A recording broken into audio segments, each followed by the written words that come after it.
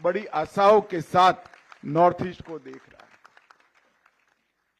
यहां मेरे सामने जो युवा उपस्थित हैं, इनको मैं बताना चाहता हूं कि हमारे प्रधानमंत्री जी ने नॉर्थ ईस्ट को अष्टलक्ष्मी के रूप में पूरे भारत में प्रसिद्ध करने का काम किया है।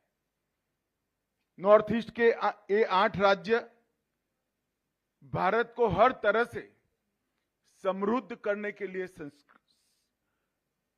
सक्षम है, चाहे आर्थिक विकास हो, चाहे सांस्कृतिक विकास हो, चाहे देश की सुरक्षा हो, चाहे खेल हो, चाहे रिसर्च एंड डेवलपमेंट हो।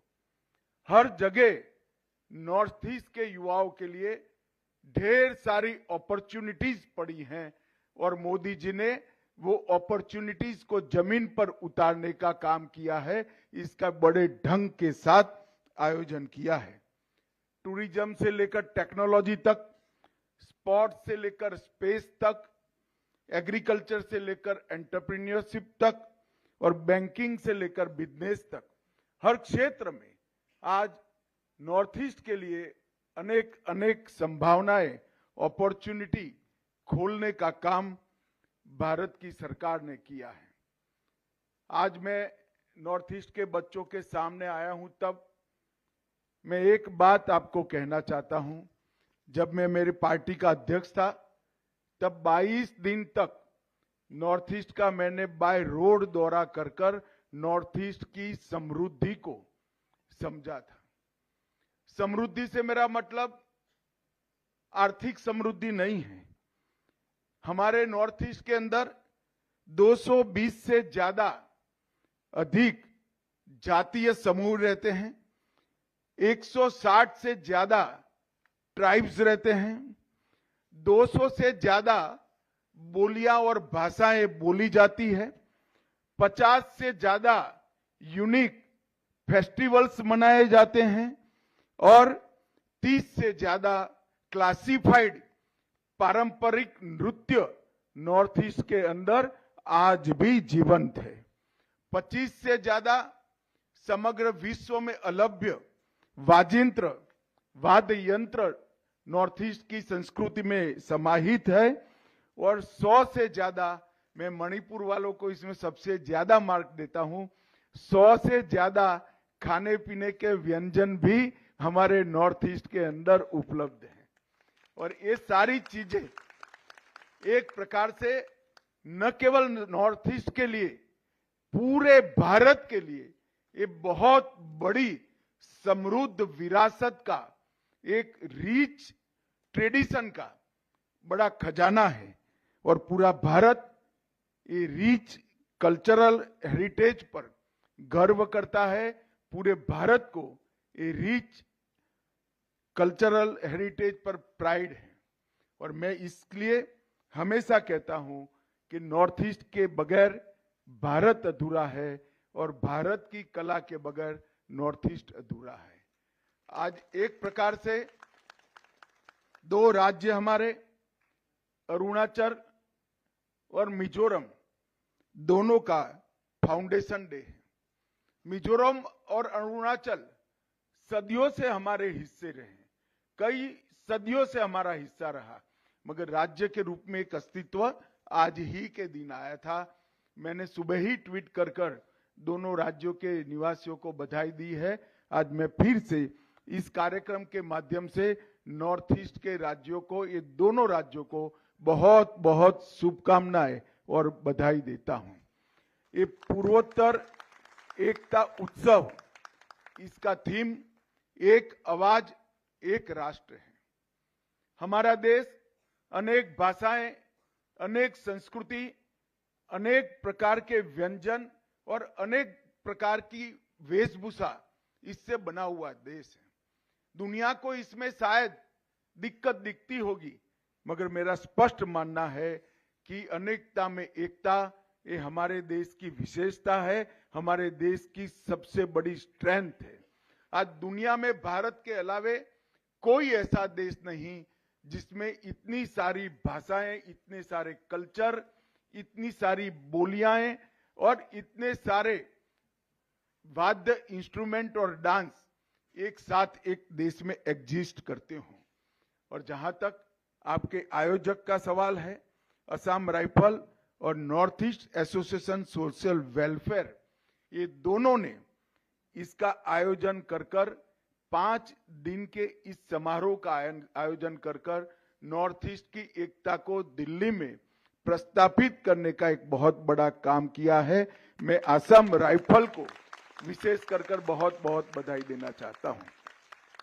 असम राइफल एक प्रकार से भारत का सबसे पुराना अर्धसैनिक बल है। और जहां तक नॉर्थ ईस्ट का सवाल है, असम राइफल की पहचान ही नॉर्थ ईस्ट के मित्र के रूप में की जाती है। सदियों से अनेक संकटों से उत्तर पूर्व को असम राइफल ने कई संकटों से उबारने का काम किया है।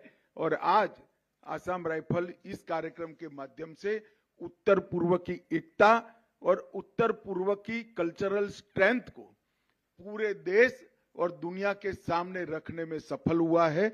मैं असम राइफल को बहुत बहुत बधाई देना चाहता हूं। खेलों के जुड़े हुए इस इवेंट में 212 टीमें और लगभग 1500 स्टूडेंट्स ने हिस्सा लिया है। और सांस्कृतिक कार्यक्रम में भी 150 से ज्यादा स्टूडेंट्स ने हिस्सा लिया है। जब मैं इनाम वितरित कर रहा था, तब मणिपुर वालों को विशेष बधाई देना चाहता हूं कि ज्यादातर इनाम मणिपुर के हिस्से में आए हैं। और ये मणिपुर में स्पोर्ट्स की महत्व को दिखाते हैं। और इसीलिए प्रधानमंत्री जी ने देश का सबसे पहली स्पोर्ट्स यूनिवर्सिटी हमारे मणिपुर में बनाने का निर्णय किया है। और ये आज आपने निर्णय उचित है, ये सिद्ध कर दिया है। मैं आज जब यहां आया हूं, तब सभी खिलाड़ियों को ये कहना चाहता हूं, sports for all, sport for excellence, ये दोनों सूत्र आज भारत के खेल के विकास के सूत्र बने हुए हैं। और हम आशा करते हैं कि 2036 में भारत ओलंपिक की मेजबानी करेगा।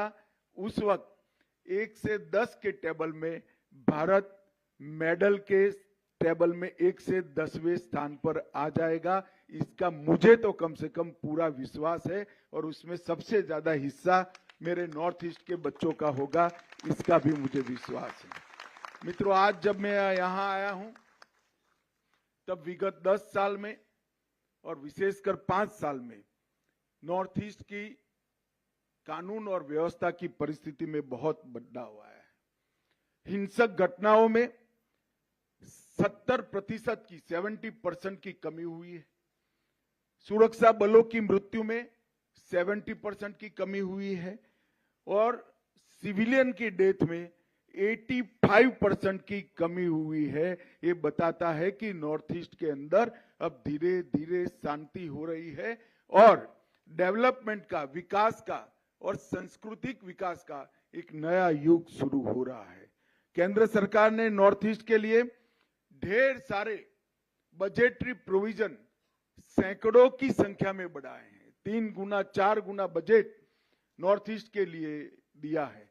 और 2027 तक नॉर्थ ईस्ट के 8 राज्य रेलवे और एयर कनेक्टिविटी से दिल्ली के साथ जुड़ जाएंगे। इस करने में भारत सरकार सफल होगी, इसका पूरा प्लानिंग हो चुका है। रोड कनेक्टिविटी और एरियल कनेक्टिविटी भी पूरे नॉर्थ ईस्ट के हर तहसील तक हम पहुंचा पाएंगे, इसका हमें विश्वास है।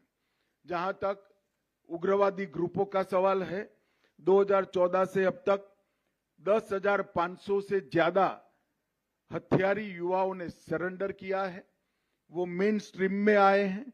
और 12 समझौते 2019 से 24 के बीच में यहां पर हुए हैं। 19 में NLFD और SD का समझौता हुआ, 20 में ब्रू, बोडो और कार्बी समझौता हुआ, 2022 में आदिवासी समझौता हुआ, DNLA समझौता हुआ, 23 में UNLF समझौता हुआ, 23 में और उल्फा समझौता 23 में हुआ, 24 में त्रिपुरा NLFT ETFT के साथ समझौता किया और असम मेघालय अंतर्राज्यीय सीमा समझौता 2022 और असम अरुणाचल सीमा समझौता 2023 में हुआ। ये सारे झगड़े कई दशकों से चलते थे। नरेंद्र मोदी सरकार ने 2 कदम आगे बढ़कर सारे युवाओं को विश्वास दिलाया, आपके लिए ढेर सारी अपॉर्चुनिटीज पड़ी हैं, आइए मेन स्ट्रीम में आइए। और आज भी मैं यहां से अपील करना चाहता हूं, जो बचे खुचे हथियारी ग्रुप हैं उनको मैं अपील करना चाहता हूं, हथियार डालिए और मेन स्ट्रीम में आइए। आपका भारत की विकास यात्रा में स्वागत है। मित्रों, आज मेरे सामने नॉर्थ ईस्ट के खिलाड़ी भी हैं और नॉर्थ ईस्ट के कलाकार भी हैं और सारे के सारे युवा हैं। मैं इन लोगों को बताना चाहता हूं, मैं कश्मीर से कन्याकुमारी और अरुणाचल से गुजरात तक विगत 11 साल से लगातार दौरा करने वाला आदमी हूं। मैं आपको बताना चाहता हूं कि देश का कोई हिस्सा ऐसा नहीं है जो आपको अपना नहीं मानता है। आपके लिए इनके दिल में प्यार न हो ऐसा कोई हिस्सा नहीं है। देश का हर राज्य के मन में नॉर्थ ईस्ट के लिए एक विशेष जगह है और मैं आशा करता हूं कि नॉर्थ ईस्ट ने भी आगे बढ़कर समग्र देश के विकास के अंदर अपना योगदान देना चाहिए। नॉर्थ ईस्ट के विकास के लिए, हर तरह के विकास के, चाहे एग्रीकल्चर डेवलपमेंट हो, चाहे इंडस्ट्रियल डेवलपमेंट हो, चाहे एजुकेशन हो, चाहे R&D हो, हर क्षेत्र के लिए भारत सरकार ने विशेष योजनाएं बनाई हैं जो आपकी राह देख रही है। और आज के कार्यक्रम से दिल्ली के सारे लोगों को ये मालूम पड़ा है, 5 दिन से आप यहाँ पर अलग अलग स्पर्धा में स्पोर्ट्समैन स्पिरिट के साथ खेल रहे हैं। इससे सबको मालूम पड़ा है कि नॉर्थ ईस्ट अब शांति चाहता है, नॉर्थ ईस्ट अब विकास चाहता है और नॉर्थ ईस्ट भारत के एक अभिन्न अंग के रूप में काम करना भी चाहता है। फिर से एक बार नॉर्थ ईस्ट के सारे युवाओं को मैं इस कार्यक्रम के माध्यम से कहना चाहता हूं, आइए, समृद्ध और विकसित भारत का भविष्य आपका इंतजार कर रहा है। 2 कदम आगे आइए। भारत के सारे लोग आपके लिए 4 कदम आगे आने के लिए तैयार है। आप सभी को बहुत बहुत धन्यवाद और अनेक अनेक शुभकामनाएं।